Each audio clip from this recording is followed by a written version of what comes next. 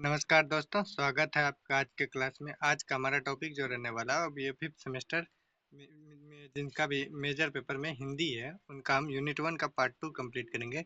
इससे पहले हम यूनिट वन का पार्ट वन कंप्लीट कर चुके हैं। आप लोग अगर उस वीडियो को नहीं देखें तो उसको भी जाकर देख लीजिएगा, ठीक है। क्योंकि देखिए आप लोग का एग्जाम बहुत नज़दीक है, तो इसीलिए आपको आपका पूछा जाएगा क्वेश्चन, तो पूरा यूनिट से पूछा जाएगा, इसलिए आपको सब वीडियो देखना बहुत ज़रूरी है।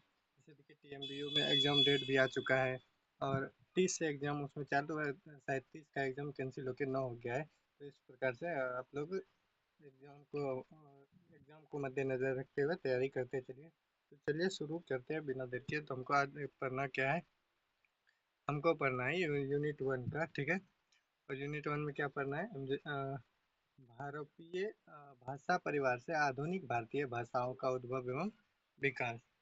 मतलब कि देखिए जो भारतीय भाषा है, मतलब भारतीय भाषा करने का मतलब भारतीय और यूरोपीय दोनों को मिला के जो भाषा बना उसी को भारतीय भाषा बोलते हैं। तो भारतीय भाषा परिवार से आधुनिक भारतीय भाषाओं का उद्भव एवं विकास को समझेंगे।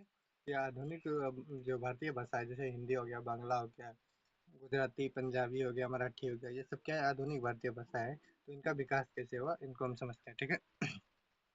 तो सबसे पहले हमको क्या देखना है कि भारतीय भाषा परिवार से आधुनिक भारतीय भाषाओं का उद्भव एवं विकास, ठीक है। तो उसको देखते हैं।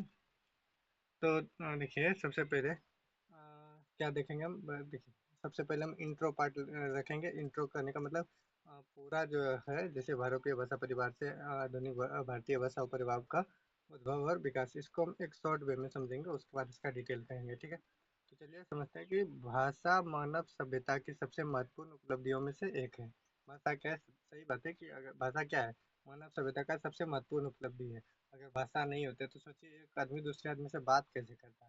सोचिए, आप सोच के देखिए क्या कैसे करता बात, या फिर कुछ भी कर किसी को बताना रहता तो कैसे बताता। भारतीय भाषाई विविधता वाला देश है, मतलब भारत में अनेक भाषा बोली जाती है, अलग अलग तरह के लोग रहते हैं, अलग अलग भाषाओं के लोग रहते हैं, तो यहाँ भारत में विविधता बहुत ज़्यादा है। जहाँ अनेक भाषाएं बोली जाती है। भारतीय भाषाओं का विकास मुख्य रूप से भारतीय मतलब इंडो और यूरोपियन भारतीय भाषा परिवार से हुआ।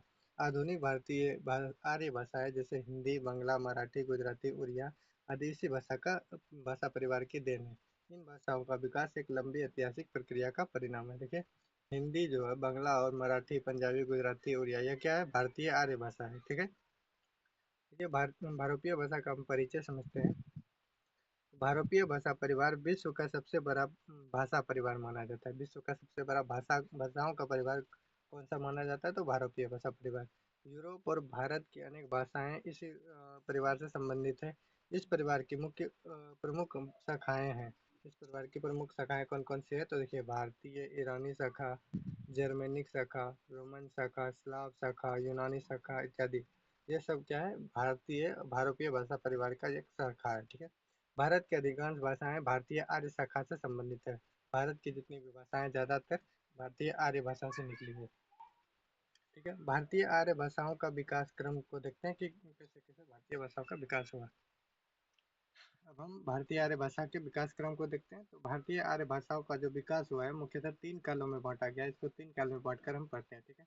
तो सबसे पहले कौन सा काल है, तो प्राचीन भारतीय आर्य भाषा का काल, मध्यकालीन भारतीय आर्य भाषा का काल और आधुनिक भारतीय आर्य भाषा का काल, ठीक है।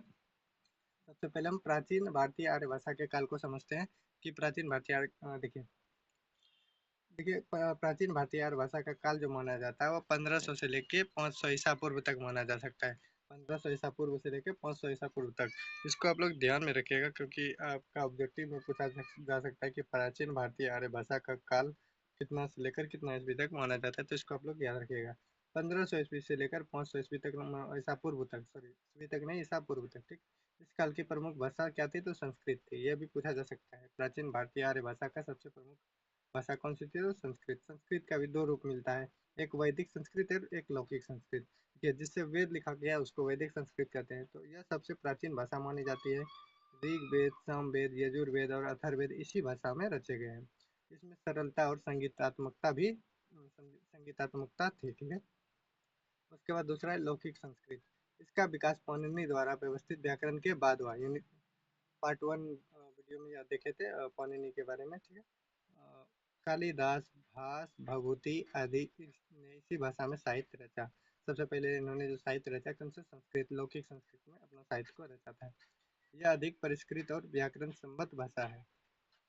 उसके बाद देखते हैं मध्य भारतीय भाषा काल, ठीक है। तो देखिए 500 ईसा पूर्व से लेकर 1000 ईसा ईस्वी तक, 500 ईसा पूर्व से लेकर 1000 ईस्वी तक, इसको ध्यान में रखिएगा, ठीक है। इस काल में संस्कृत ने जन भाषाओं का विकास हुआ। इस युग की प्रमुख भाषाएं थी पाली और प्राकृत। इसके अलावा भी थी पाली, प्राकृत हो गया आपका अपभ्रंश। यह मुख्य भाषाएं थी, ठीक है। तो पाली भाषा को समझते थे, बौद्ध धर्म के प्रचार की भाषा थी। पाली कौन सी भाषा थी? तो बौद्ध धर्म के प्रचार की भाषा थी। गौतम बुद्ध ने जितने भी अपने उपदेश दिए हैं सब इसी भाषा में, कौन सी भाषा में? पाली में। यह संस्कृत की अपेक्षा सरल थी, संस्कृत से थोड़ा ज़्यादा सरल था, मतलब इतना सरल भी नहीं था लेकिन संस्कृत से ज़्यादा सरल था। उसके बाद प्राकृत भाषा को देखते हैं, तो प्राकृत जन साधारण की भाषा थी, आम लोगों की भाषा थी। इसके कई रूप थे, जैसे सौरसेनी हो गया, महाराष्ट्री हो गया, मगधी हो गया और अर्ध मगधी हो गया, ठीक है। तो इसके मुख्यतः 4 रूप को मिलते हैं, इसके अलावा भी कई रूप देखने को मिलते हैं। अब अपभ्रंश को समझते हैं। प्रकृति से विकसित भाषा को अपभ्रंश भाषा कहा जाता है, मतलब प्राकृत भाषा ही आगे चलकर अपभ्रंश का रूप ले लेती है, ठीक है। यह आधुनिक भारतीय भाषाओं की जननी माना जाता है। कहने का मतलब जितना भी अभी आधुनिक भाषाएं हैं, आधुनिक भारतीय भाषा है, उस सब का जननी माना जाता है अपभ्रंश, मतलब सबका विकास अपभ्रंश से ही हुआ है, ठीक है। अपभ्रंश में लोक भावनाओं और सरलता अधिक होती है, ठीक है। उसके बाद देखिए आधुनिक भारतीय आर्य भाषा का विकास को देखते हैं। तो देखिए 1000 ईस्वी से लेकर वर्तमान तक इसका जो विकास हुआ है अभी तक देखने को मिलता है। अपभ्रंश से आधुनिक भारतीय भाषाओं का जन्म हुआ है, ठीक है, जो तो अभी पीछे भी बताए। अलग अलग अपभ्रंशों से विभिन्न भाषाओं का विकास हुआ, जैसे देखिए कौन कौन सा अपभ्रंश से कौन कौन से भाषा विकसित हुए। तो जैसे सौर सैनी अपभ्रंश है, उससे हिंदी और पंजाबी निकली है, ठीक है। मगधी अपभ्रंश से बांग्ला, उड़िया, असमिया निकली है। महाराष्ट्री अपभ्रंश से मराठी निकली है। और गुर्जरी अपभ्रंश से गुजराती निकली है, ठीक है। इन सब भाषा को आप लोग रिलेट करके देखेंगे, जैसे हिंदी पंजाबी एक ही तरह का लगता है, मतलब एक ही जगह से निकला है, इसीलिए तो एक ही तरह का है। तो ठीक है, और सब भाषा कहाँ से निकला है? अपभ्रंश से। इसको आप ये लोग याद रखिएगा, ऑब्जेक्टिव में पूछ सकता है कि हिंदी और पंजाबी जो है वो कौन से अपभ्रंश की भाषा है, तो शोर से नहीं, ठीक है। उसके बाद हिंदी भाषा का विकास को देखते हैं, ठीक है। हिंदी का विकास मुख्यतः इस क्रम में हुआ है: संस्कृत, प्राकृत, अपभ्रंश और हिंदी। सबसे पहले संस्कृत से क्या बना?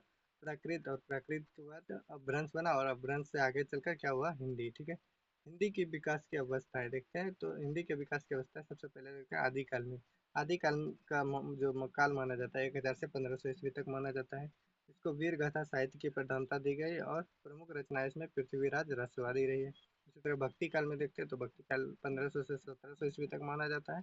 भक्ति का भावना का विकास हुआ इस काल में, और कबीर, तुलसी, सूरदास जैसे कवियों का भी युग माना जाता है इसको। उसके बाद रीतिकाल समझते हैं, 1700 से लेकर 1900 ईस्वी तक के काल को रीतिकाल कहा जाता है। श्रृंगार और अलंकार की प्रधानता रही इसमें, और बिहारी के शब्दावली आदि प्रमुख कवि माने गए, ठीक है। उसके बाद देखते हैं आधुनिक काल, 1990 से लेकर वर्तमान ईस्वी तक। अभी तक जो का 1900 से लेकर अभी तक का जो काल है वो सब आधुनिक काल कहलाता है, ठीक है। इसमें राष्ट्रीय चेतना, समाज सुधार, आधुनिक विचारों का विकास, भारतेंदु हरिश्चंद्र, प्रेमचंद्र, महादेवी वर्मा आदि प्रमुख साहित्यकार हुए, ठीक है। उसके बाद आधुनिक भारतीय भाषाओं का विशेषता को देखते हैं। तो आधुनिक भारतीय भाषाओं की विशेषता क्या रही कि सरल और जन सामान्य की भाषा, मतलब आधुनिक जो भाषा है वह क्या है? सरल है, और जन सामान्य मतलब जो लोगों को ज़्यादा समझ में आ जाता है, जन सामान्य की भाषा है। क्षेत्रीय भाषा स्पष्ट दिखाई देता है, मतलब अलग विभिन्न जैसे हिंदी से ही अलग अलग भाषाएं निकल चुकी है क्षेत्रीय, जैसे आप भोजपुरी देख लीजिए, उसी तरह से आप ठेठी देख लीजिए जिसको आप अंगिका बोलते हैं, और उसी तरह से आप मैथिली देख लीजिए, बहुत सारी भाषाएं निकली है, ठीक है। लोक संस्कृति और परंपराओं का समावेश देखने को मिलता है, और साहित्यिक समृद्धि और विविधता, ये सारी इनकी विशेषताएं हैं। संस्कृत, फारसी, अरबी और अंग्रेजी शब्दों का भी प्रभाव देखने को मिलता है अभी के भाषाओं पर, अभी के जितने भी भारतीय भाषा है। भारतीय भाषाओं पर विदेशी प्रभाव देखने को मिलता है, कैसे देखिए? तो फारसी और अरबी प्रभाव, तो देखिए फारसी प्रभाव और अरबी प्रभाव भी देखने को मिलता है। मध्यकाल में मुस्लिम शासन के कारण हिंदी और अन्य भाषाओं में अनेक फारसी और अरबी शब्द आ गए। देखिए मध्यकाल में क्या हुआ? तो मध्यकाल में मुस्लिम शासकों का आगमन हुआ भारत में, और वह अपने साथ फारसी और अरबी भाषा को लाए, और जिससे कि कई भारत के कई सारे भाषाओं में अरबी और फारसी के शब्द मतलब आ गए। जैसे कि आप हिंदी में देख लीजिए, अदालत, किताब, बाजार, दरबार, ये सब फारसी भाषा है और अरबी भाषा है, ठीक है। उसके बाद देखिए अंग्रेजी प्रभाव। आधुनिक काल में अंग्रेजी के प्रभाव से नए शब्द आए, जैसे कि railway, school, college, station, doctor आदि। ये सब क्या है? आधुनिक काल की भाषाएं। ये भारतीय भाषाएं नहीं है, बल्कि क्या है? आधुनिक काल की भाषाएं, ठीक है। उसके बाद और देखिए रेलवे शब्द क्या है? अंग्रेजी प्रभाव, सॉरी आधुनिक काल बोल रहे हैं, आधुनिक काल तो है ही, मतलब अंग्रेजी भाषा का ये वर्ड है। जैसे रेलवे बोल लिए, स्कूल बोल लीजिए, कॉलेज या स्टेशन, डॉक्टर। उसके बाद लास्ट में क्या है? आधुनिक भारतीय भाषाओं का महत्व क्या क्या है, देख लीजिए। कि राष्ट्रीय एकता को मजबूत करती है, सही बात है। भारतीय संस्कृति की वाहक है, संस्कृति को ये मतलब पीढ़ी दर पीढ़ी बढ़ा रही है। शिक्षा और संचार का भी माध्यम है, और साहित्य और ज्ञान के विकास में भी सहायक है, ठीक है।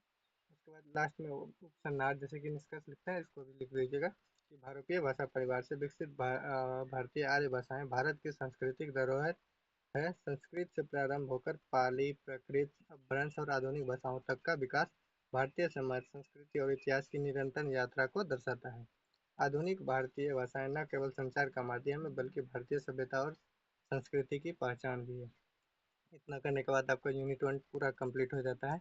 अगले वीडियो में हम यूनिट 2 भी लाएंगे। देखिए आपका एग्जाम सबसे पहले हो जाएगा अगर आप भागलपुर यूनिवर्सिटी से हैं तो, और यहाँ आपका जैसे 9 पहले हो जाएगा, हम जैसे 8 बाद में आ गया, तो दोनों का वीडियो हम साथ में बना देंगे। और अदर यूनिवर्सिटी के लिए तो सबसे पहले हम जैसे 8 ही होगा, ठीक है। तो आज के लिए इतना ही करने देते हैं, और आप लोग से रिक्वेस्ट है कि आप लोग चैनल को सब्सक्राइब कीजिए और अपने दोस्तों तक भी शेयर कीजिए। अगर आपको अच्छा लगता है तो वीडियो को लाइक भी कर लीजिएगा, ठीक है। तो वीडियो को अंत तक देखने के लिए धन्यवाद। मिलते हैं नेक्स्ट वीडियो में, तब तक के लिए।